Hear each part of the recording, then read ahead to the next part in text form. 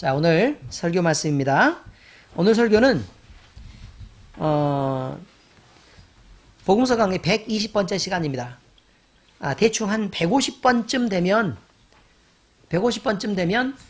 그 복음서 강의가 이제 이렇게 끝나지 않을까, 이런 대충의 계산들을 이렇게 해보는데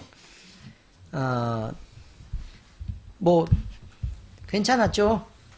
복음서 강의가. 왜냐면 우리가 예수님을 믿는다고 하면서도 사실 예수님의 생애나 예수님의 가르침이나 그런 의미를 전혀 모르고 그냥 서로 사랑하라 뭐 이런 얘기만 들으면 오해를 많이 하게 됩니다. 예수님이 무엇 때문에 오셨는지도 모르고, 그 다음에 예수님이 무엇을 위해 사셨는지도 모르고, 우리에게 무엇을 남겨서, 어떤 메시지를 남겨서 우리에게 어떻게 살으라 그랬는지도 도대체 모릅니다. 그러니까 우리는 예수님의 생애를, 복음서를 무엇보다도 더 중요하게 알아야 된다는 것들을 여러분들이 꼭 생각을 해 두시고, 물론 영성훈련도 반복해서 들으시면 아주 유익하지만 복음서 강에 이렇게 말씀을 전해드리면 이것들을 반복해서 쭉 들으시는 지혜들이 있기를 바랍니다. 오늘 말씀은 준비된 혼인잔치라는 말씀으로 함께 그 말씀을 나누겠습니다. 말씀을 나누는 중에 많은 은혜가 또 깨달음이 있기를 예수 그리스도의 이름으로 축원합니다. 자, 오늘 말씀은 예수님이 예루살렘에 입성한 후에 유대 지도자들을 향해서 여러 개의 비유를 지금 베풀고 있습니다. 근데 이 비유를 베푸는 이유는 이들이 교만했고, 그 다음에 그리스도로 오신 예수님을 받아들이지 않았기 때문에 그렇습니다. 그러니까 예수님은 이 비유들을 통해서요, 이들이 무슨 짓을 하고 있는지를 정확하게 의미적으로 알게 하고 싶은 것입니다. 이런 상황에서 만약에 이렇다면 너희는 어떻게 했느냐? 이게 비유로 얘기를 하는 거죠. 또 이런 상황에서 이렇다면 너희는 어떻게 생각하느냐? 또 이런 상황에서 이렇다면 너희는 어떻게 생각하느냐? 그럼 너희는 하나님의 말씀이 이렇게 주어졌을 때 어떻게 행동을 하고 있었느냐? 무엇을 어떻게 받고 있었느냐? 자, 또 만약에 하나님은 이런 상황에서 이렇게 너희에게 하셨는데 너희는 어떻게 했느냐? 하나님은 이렇게 하셨는데 너희는 어떻게 했느냐를 반복해서 묻고 있는 것입니다. 깨달으면 돌이키면 되잖아요. 그런데 마음이 찔리는 사람들은 자기의 마음을 감추고 돌이키지 않는 것입니다. 이것이 중요합니다.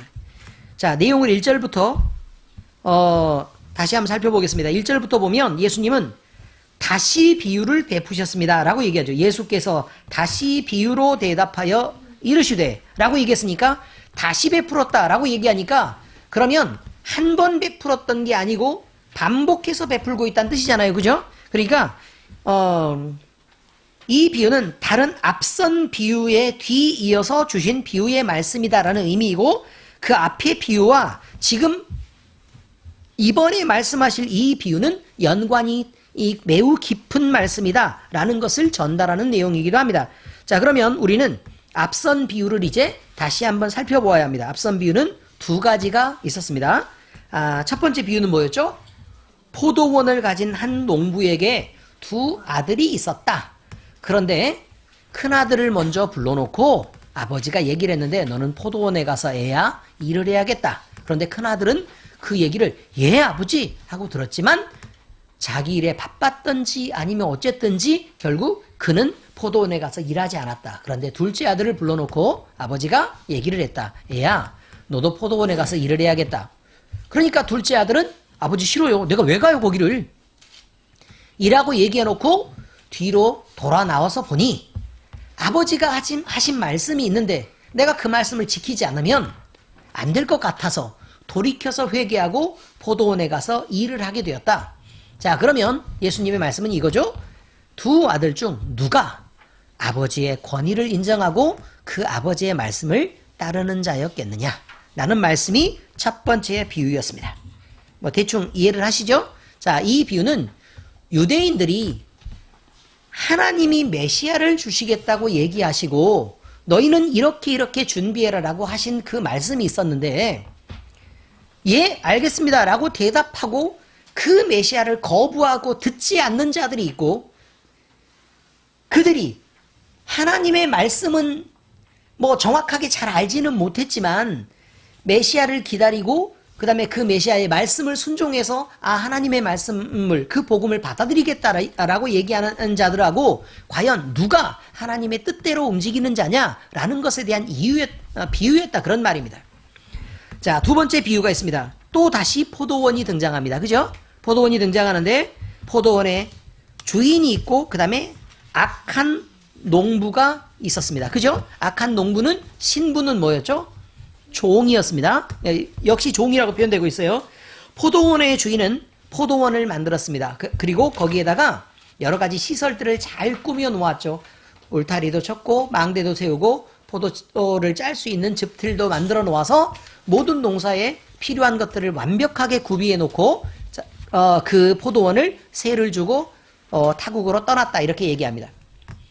그런데 포도가 수확할 때가 되자 포도원 주인은 종들을 보내서 그 수확한 것에서 자 주인에게 돌릴 만큼의 분량을 다오 라고 얘기를 했더니 보낸 종들을 심히 때리기도 하고 돌로 치기도 하고 그들을 죽이기도 하고 그랬더라. 그래서 포도원 주인은 다시 다른 종들을 또 보내서 더 간곡하게 타일러 보기로 합니다. 그런데 역시 그들에게도 똑같은 짓을 행했단 말이죠.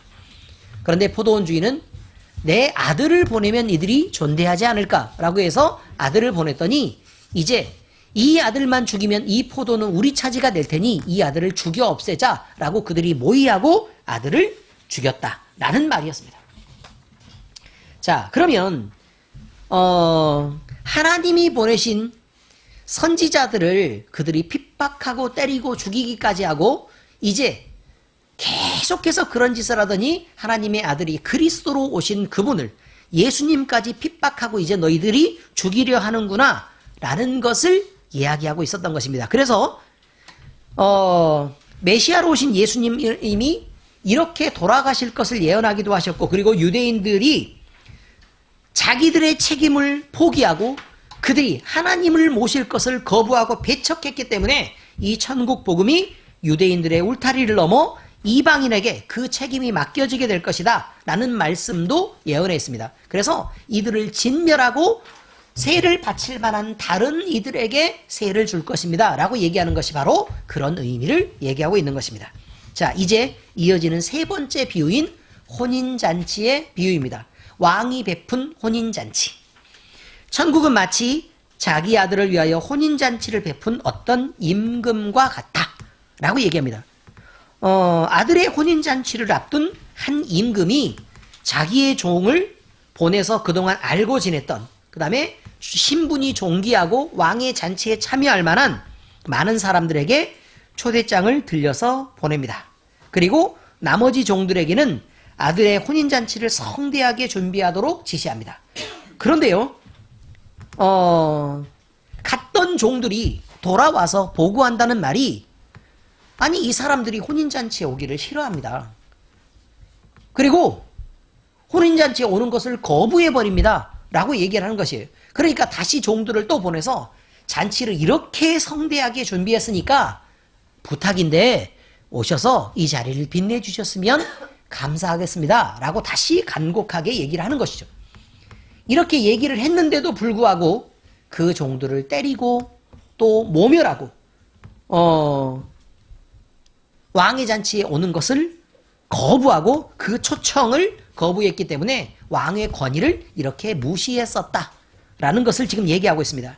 자, 이들이 어쨌든 종들은 많은 사람이 올 것을 준비해서요. 소도 잡고 또 고기도 잡고 많은 음식들을 준비하고 또 잔치를 성대하게 그 규모를 자리도 마련하고 이렇게 해서 준비를 했을 것입니다. 그런데 초청받은 이들이 혼인잔치를 거부하고 자기의 일들로 바빠서 자기의 일을 하러 가버린 것이요. 어떤 이들은 왕의 초청을 무시하며 돌아보지 않은 자들이 있었다라고 말합니다. 또 어떤 이들은 밭으로 나가서 자기 일에 바빴고 누구는 사업장으로 나가버렸고 심지어 어떤 이들은 왕이 보낸 종들을 모욕할 뿐만 아니라 때리고 죽이기까지 했다는 것입니다. 여기 왕이라고 표현된 분은 하나님입니다. 온 나라는 왕이 있는 나라에서 왕이 존재하면 그 나라의 모든 것은 다 왕의 것입니다. 그렇죠? 이것처럼 하나님이 왕이시기 때문에 이 온 세상은 하나님이 만드셨고 그가 다스리시는 하나님의 것입니다. 그런데 귀족들은요, 자기들이 다스리고 있는 그 땅이 자기의 소유인 줄 알고 있는 것입니다.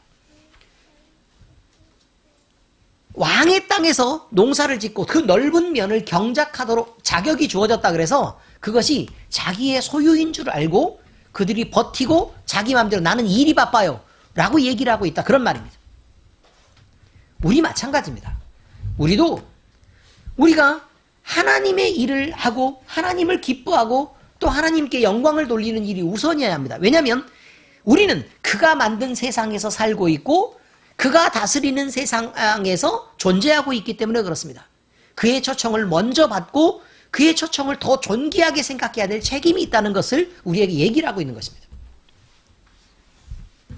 그 나라 안에 속한 모든 자들이 왕의 것으로 먹고 살며 누리는 것이죠. 많이 맡겨진 자들은 많이 거두고 자기가 쓸 것이 많겠지만 그러나 그건 왕이 많은 것을 베풀었다는 것을 의미하는 것이지 자기 소유가 많다는 것을 의미하는 것은 아니라 그 말입니다.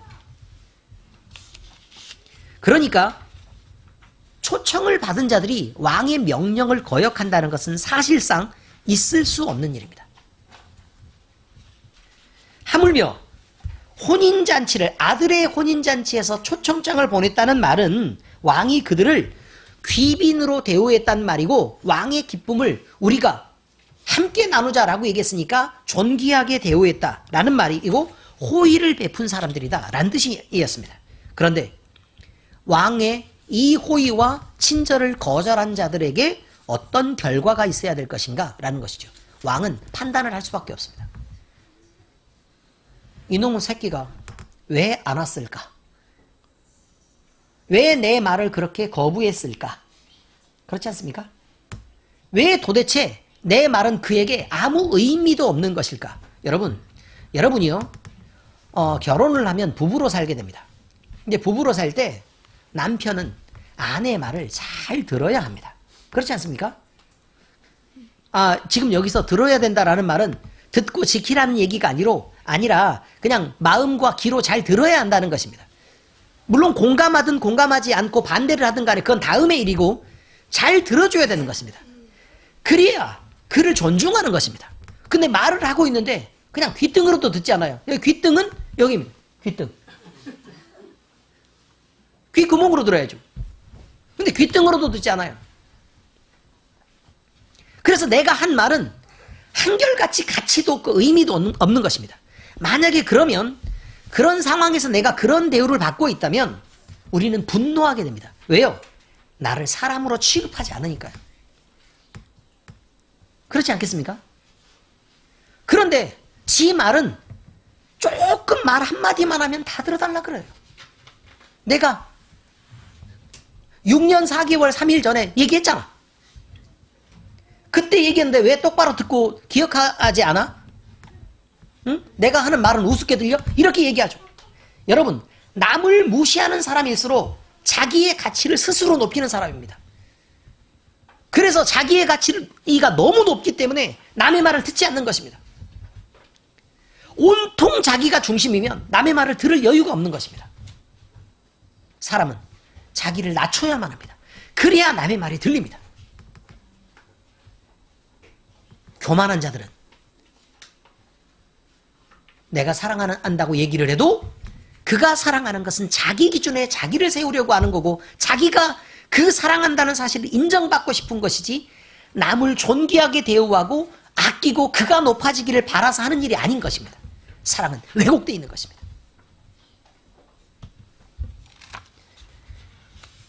왕의 호의를 거절하고 그 친절을 거부한 사람들은 당연히 진멸되어야 옳습니다. 왜냐하면 왕의 것으로 누리면서 자기 스스로가 왕을 부인했기 때문에 그렇습니다. 자, 진멸은 왜 그렇게 해야만 하느냐면 왕의 권위는 세워져야 하기 때문에 그렇습니다. 그러니까 첫 번째 예화와 세 번째 예화가 모두 다 하나님의 권위에 대한 얘기다, 이런 말입니다. 온 세상은 모두 천지를 창조하신 하나님의 것입니다. 그 안에 속한 자들도 빈부와 귀와 천을 막론하고 모두 다 하나님의 소유입니다. 이렇게 하나님이 만드신 세상에 살고 있는 모든 자들은 하나님의 것으로 먹고 하나님의 것으로 살며 하나님의 것으로 누리고 있는 것입니다. 왕이 초청장을 돌려 귀부인으로 대우했던 이들은 먼저 초청을 받고 선민으로 대우받았던 이스라엘 백성들을 얘기하고 있습니다. 그런데 이들은 하나님의 선민인데도 불구하고 하나님의 명을 거역하며 예수 그리스도를 부인하고 반역했습니다. 그들은 천국 잔치에 오라는 하나님의 초청장을 들고 하나님의 나라를 선포했던 수많은 선지자들을 거부하고 모욕했고 핍박했고 죽여서 없앴습니다. 그들의 말을 듣고 싶어 하지 않았습니다. 즉 하나님의 말을 듣지 않았다, 그런 말입니다. 그들은 하나님의 일에는 관심이 없었습니다. 싫어했습니다. 그래서 버렸습니다. 이들은 그저 자기 일에만 바빴고 하나님의 권위가 높아지고 하나님이 존귀하게 대우받는 것에서는 관심이 없었습니다. 급기야 이들은 하나님의 아들이신 예수님까지도 핍박하고 있었습니다. 여러분, 하나님 앞에 여러분이 사랑받고 싶다는 것은 여러분이 높다는 것입니다.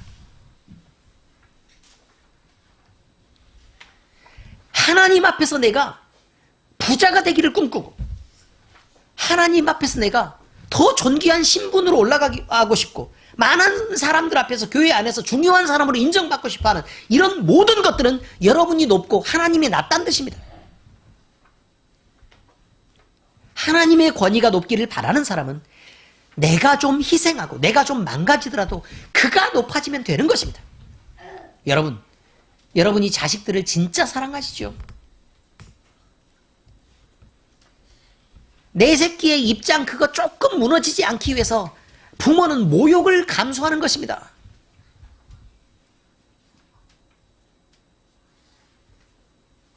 왜 자식을 키우고도 그렇게들 모르십니까?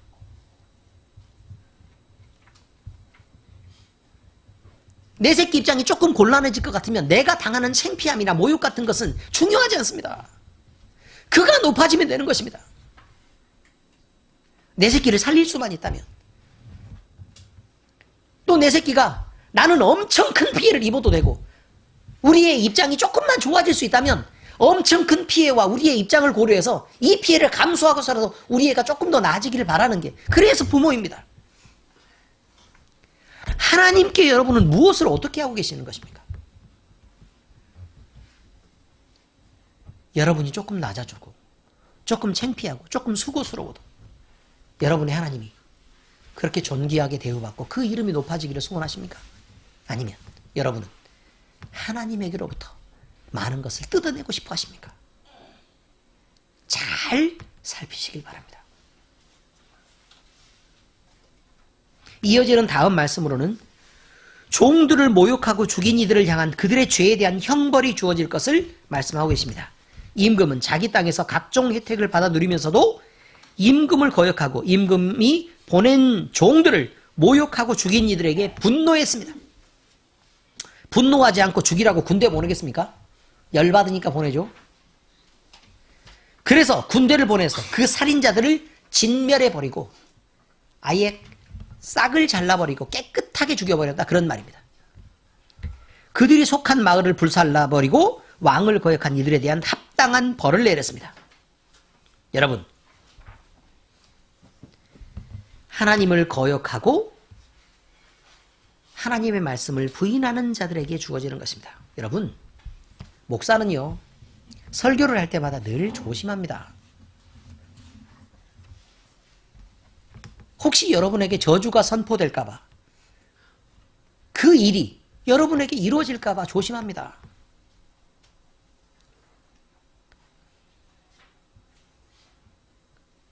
성경에 말씀하시는 대로 균형 있게 여러분에게 설교를 하고 있다고 여러분은 생각하십니까? 어떻습니까, 여러분? 성경 말씀에는요, 그렇게 나와 있죠.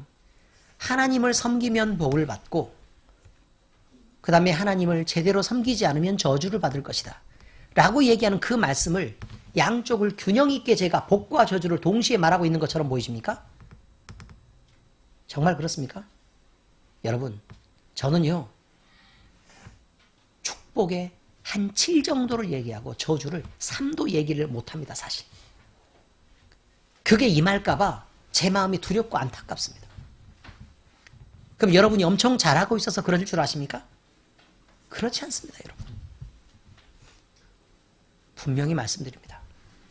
하나님을 사랑하고 그를 섬기고 그를 존귀하게 대우하는 자는 복을 받습니다. 그러나 하나님을 이용해서 무엇인가 뜯어내려고 하는 자들에게는 저주가 임합니다. 제가 매 설교마다 이런 말씀을 못 드려도 여러분 그 양쪽이 균형을 갖고 있다는 사실을 여러분 꼭 알고 계셔야 합니다. 잊지 마시기 바랍니다. 여러 번 얘기 못합니다. 왜요? 가슴이 아파서요. 그리고 여러분도 듣기 싫잖아요.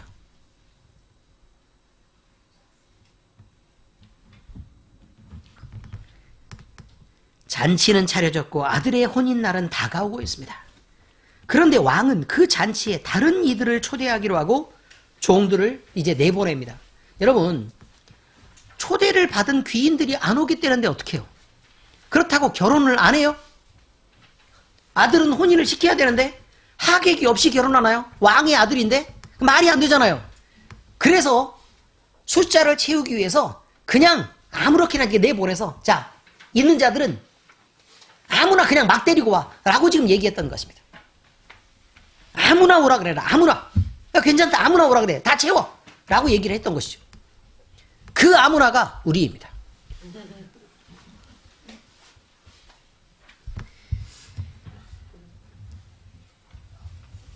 종들은 길에 나가 만나는 모든 사람을 닥치는 대로 초청합니다. 그리고 잔치에 불러드립니다. 그런데 잔치에 온 사람들 중에 예복을 입지 않은 사람이 돌아다니고 있습니다.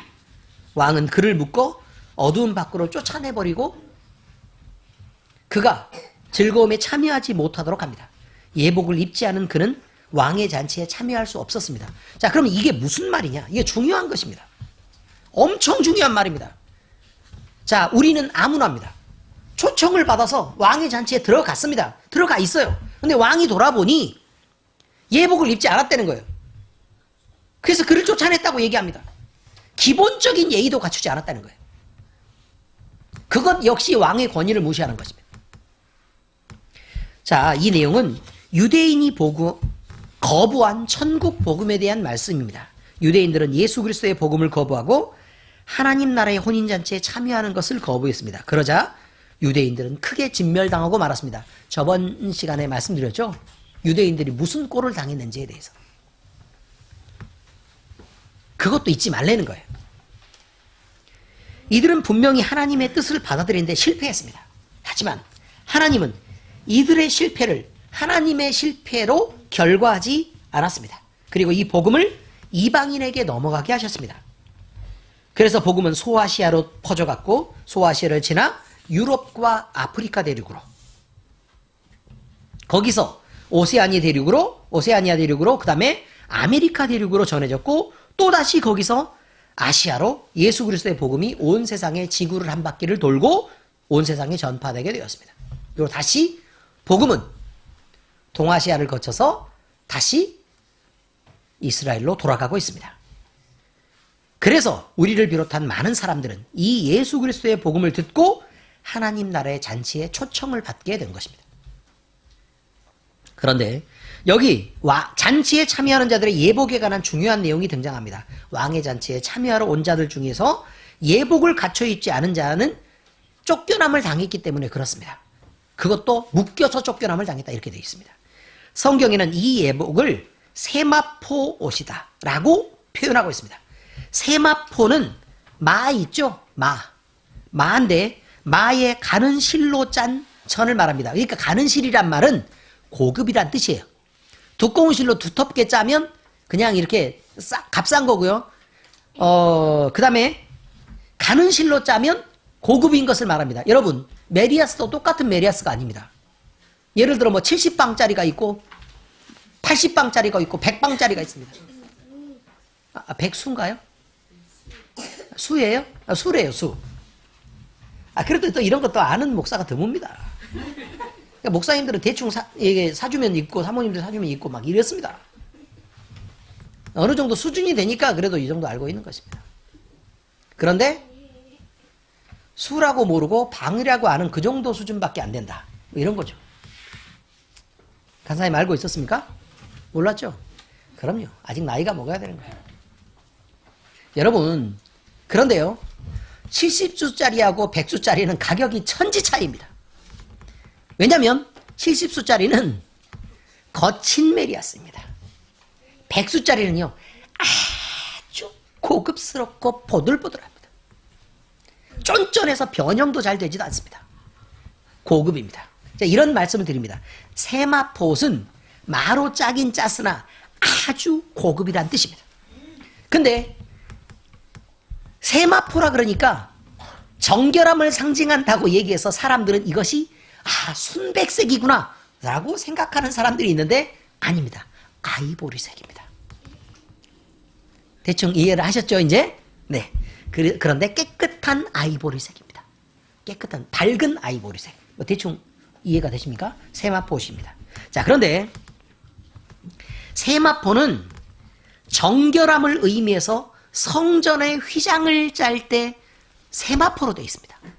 그 다음에 예배하는 제사장의 겉옷뿐만 아니라 속옷도, 띠도, 모자도, 관도 모두 다 세마포로 만들어져 있고 거기에 뭐 청색실과 홍색실 뭐 이런 걸로 수를 놓아서 그걸 만들었다. 이제 이렇게 되어 있습니다. 예수님이 십자가에 돌아가셨습니다. 그리고 예수님의 시체를 싼 그 천도 세마포입니다. 어떻습니까? 세마포. 준비해야 되는 거 맞겠죠? 요한계시록 19장에 어린 양의 혼인잔치가 예언되어 있습니다. 이 왕의 혼인잔치와 너무 유사하게 연관이 있기 때문에 제가 말씀드립니다. 이것은 왕의 혼인잔치는 이 어린 양의 혼인잔치를 표현하고 있는 것입니다. 그래서 정확하게 말씀을 길게 적어두었습니다. 이 내용을 보면 세마포가 어떤 의미인지 분명하게 알 수 있습니다. 계시록 19장에 음녀에 대한 심판이 등장합니다. 이 음녀는 타락한 교회를 말하고 있는데 교회가 하나님 외에 세상의 것을 받아들여 음행으로 더럽혀질 때 하나님은 그를 음녀라고 말하고 그 음녀를 심판하시겠다는 것입니다.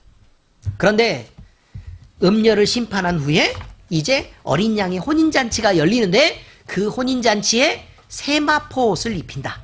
신부를 세마포 옷을 입힌다. 이렇게 되어 있습니다. 자, 읽어드리겠습니다. 계시록 19장 1절에서 9절까지 말씀입니다. 이 일 후에 내가 들으니 하늘에 허다한 무리에 큰 음성 같은 것이 있어 이르되 할렐루야 구원과 영광과 능력이 우리 하나님께 있도다. 그럼 벌써 이거는 하늘나라의 잔치라는 걸 아시겠죠? 그의 심판은 참되고 의로운지라. 그럼 심판을 했다는 거죠. 음행으로 땅을 더럽게 한 큰 음녀를 심판하사 자기 종들의 피를 그 음녀의 손에 갚으셨도다 하고. 자, 이 내용이 그대로 들어있습니까? 안 들어있습니까? 들었죠? 종들이요 복음을 들고 나갔다가, 그러니까 혼인잔치에 초청장을 들고 나갔다가 그들은 핍박을 당하고 죽었죠. 그렇지 않습니까? 그러니까 왕이 초청받았던 자들, 그리고 그 초청에 거부했던 자들을 진멸하고 심판했잖아요. 그 얘기가 이렇게 나온 거예요. 그의 심판은 참되고 의롭다.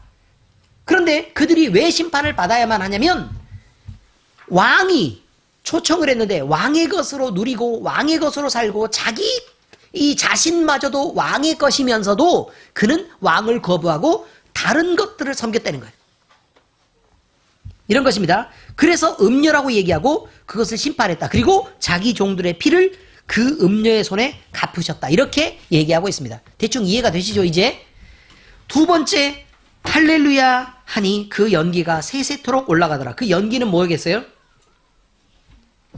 연기는 뭐예요? 기도예요. 누가 기도하는 거냐면 여러분 종들이 죽었죠. 종이 죽었잖아요. 종이 죽었지만 몸은 죽었어도 영혼은 있는 거죠. 계시록에 보면 그 죽은 자들이 또는 그 죽은 자들의 피가 하나님께 청원을 하죠. 이 억울함을 도대체 언제 갚아주실 것입니까? 라고 청원할 때 그게 이렇게 하늘로 연기가 돼서 이렇게 올라가는 그 기도들이라 그런 말입니다. 또 24장로와 네 생물이 엎드려 보좌에 앉으신 하나님께 경배하여 이르되 아멘 할렐루야 하니 보좌에서 음성이 나서 이르되 하나님의 종들 곧 그를 경외하는 너희들아 작은 자나 큰 자나 다 우리 하나님께 찬송하라 하더라. 또 내가 들으니 허다한 무리의 음성과도 같고 많은 물소리와도 같고 큰 우레소리와도 같은 소리로 이르되 할렐루야 주 우리 하나님 곧 전능하신 이가 통치하시도다. 우리가 즐거워하고 크게 기뻐하며 그에게 영광을 돌리세. 어린 양의 혼인 기약이 이르렀고 그의 아내가 자신을 준비하였으므로. 여러분, 어린 양의 혼인잔치의 기약이 이미 되었다. 그 때가 찼단 말이고 그의 아내는 준비를 했는데 누가 준비를 시켜준 게 아니라 누가 준비했다고요? 그의 아내가 자신을 준비했다라고 돼 있죠. 그에게 빛나고 깨끗한 세마포 옷을 입도록 허락하셨으니, 자 그러면 누가 입고 싶어요? 누가 입고 싶어 한다고요? 아내 될 사람이 입고 싶어 해요. 그러니까 하나님이 그것을 허락하셨단 말이에요. 이제 의미를 아시겠어요? 이 세마포 옷은 성도들의 옳은 행실이로다 하더라. 이렇게 되어 있죠. 천사가 내게 말하기를 기록하라. 어린 양의 혼인잔치에 청함을 받은 자들은 복이 있도다 하고 또 내게 말하되 이것은 하나님의 참되신 말씀이라 하기로. 자, 그럼 보세요. 초청장은 뭐죠? 초청장은 뭐라고 지금 여기 나와 있어요? 지금 읽었잖아요. 초청장은 뭐라고요? 보세요. 청함을 받은 자들은 복이 있도다 하고 또 내게 말하되 이것은 하나님의 참되신 말씀이라 하기로. 여기 돼 있잖아요. 초청장은 뭐라고요? 하나님의 말씀이요.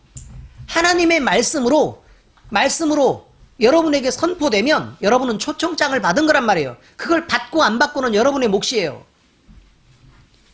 그죠? 자, 그 다음에 그러면 성도들이 초청장을 받죠.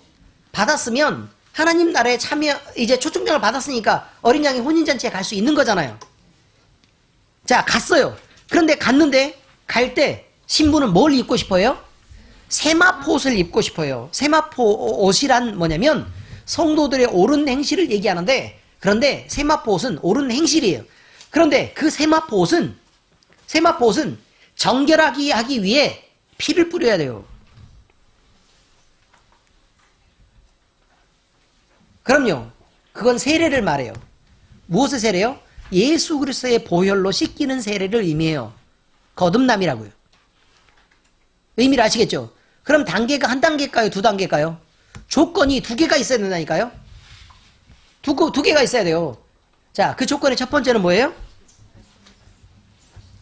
간단하게 얘기했어요. 초청장만 갖고 못 가요. 초청장만 갖고도 들어가도 쫓겨나요. 뭐가 있어야 된다고요? 예복. 요 두 가지가 있어야 된다고요. 아시겠죠? 초청장만 받아서는 어떻게 된다고요? 못 간다고요. 자, 여기 나타난 어린 양의 혼인잔치는 예수님과 교회의 거룩한 연합을 의미하는 것입니다. 어린 양은 신랑이신 예수님을, 신부는 그의 사랑을 받은 교회를 말합니다. 그런데 여기서 신부의 입은 옷이 빛나도록 깨끗한 세마포라고 기록되어 있습니다. 예수님을 그리스도로 믿은 자들은 교회가 되기 때문에 예수 그리스도의 신부가 됩니다. 이렇게 예수님을 믿는 것만으로 어린 양의 혼인잔치에 참여할 수 있느냐, 또 거기서 그 잔치에서 누리고 즐거워할 수 있느냐, 이 말이에요. 그럴 수는 없습니다. 왜냐하면 신부는 예복을 갖춰 입어야 하기 때문에 그렇습니다. 그래서 신부는 예복을 입기를 원하는 것입니다. 그래서 허락해달라고 말하는 것이죠. 이 세마포 옷은 성도의 거룩한 행실입니다. 성도는 이렇게 예수님을 그리스도를 믿은 후에 첫 번째 예수 그리스도를 믿어야 한다는 거예요. 그래야 교회가 되니까요. 예수 그리스도를 믿어야 된다. 이게 첫 번째. 우리를 구원하신 우리 주님 예수 그리스도의 이름으로 기도드립니다. 아멘.